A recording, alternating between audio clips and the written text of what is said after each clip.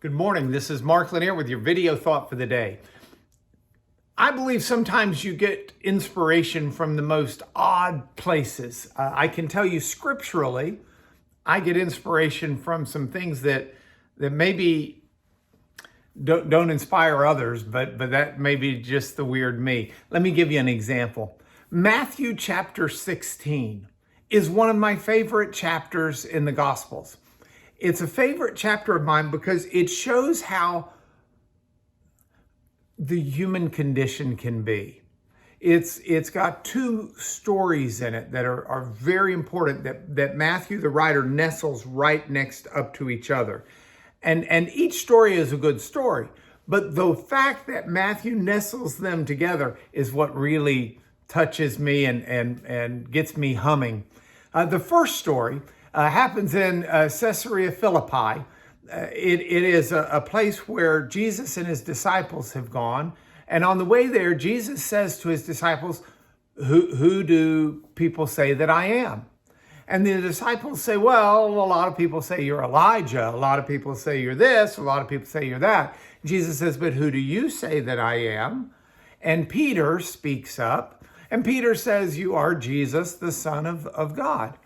And Jesus' reply to Peter is, blessed are you, Simon, son of Jonah, or Simon Bar Jonah, for flesh and blood has not revealed this to you, but my Father who is in heaven, the Spirit. So Peter's revelation of who Jesus was and understanding of who Jesus was wasn't something that he got from anybody else. It's something where he was hearing the heartbeat of God.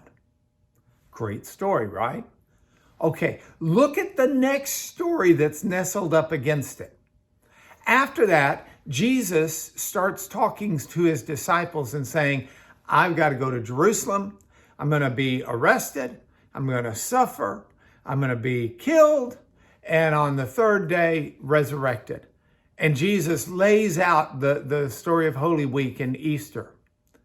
Peter, the same Peter that was listening to the heartbeat of God and knew that Jesus was the Son of God, says to Jesus, oh, heavens no, may this never happen to you. We'll do whatever it takes, but this can't happen. At that point, Jesus says, get behind me, Satan. Because Peter's not speaking based on the heartbeat and understanding of God. Peter's actually speaking for the adversary. He's not listening to God. He's listening to the tempter.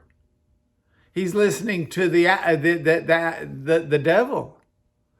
And I love the way those stories nestle up against each other. And I also love the fact that at the end of that story, Jesus doesn't kick him off the team.